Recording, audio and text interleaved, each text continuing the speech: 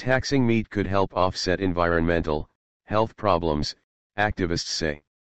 Some groups want to see animal products taxed similarly to tobacco, sugar, and carbon. Anna Dimov CBC News posted, January 7, 2018. The steep climb in global meat consumption has environmental interest groups debating a sin tax on animal products.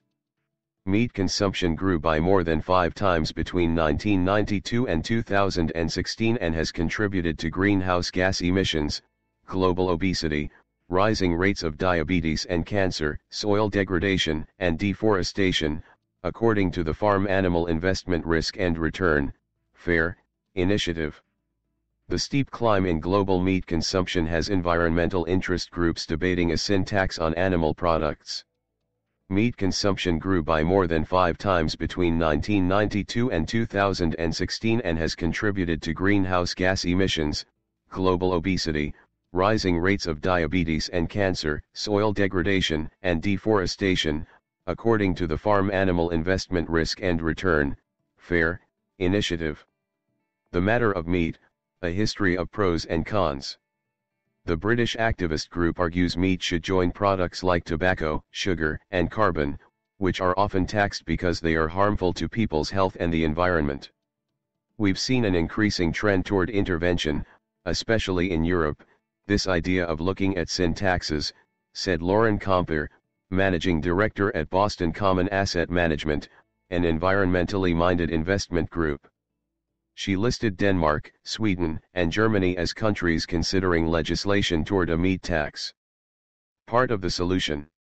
Comper told CBC Almanac host Michelle Elliott that such a tax is part of a group of incentives that could address the problems associated with increased meat production.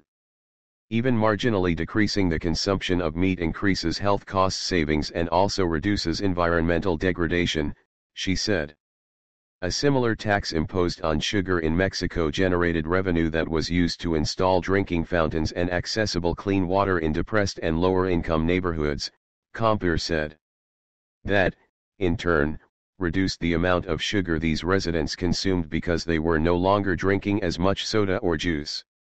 Revenue generated by a meat tax could be spent on improving consumer education on nutrition and plant-based diets, which could also help reduce meat consumption, Comper said.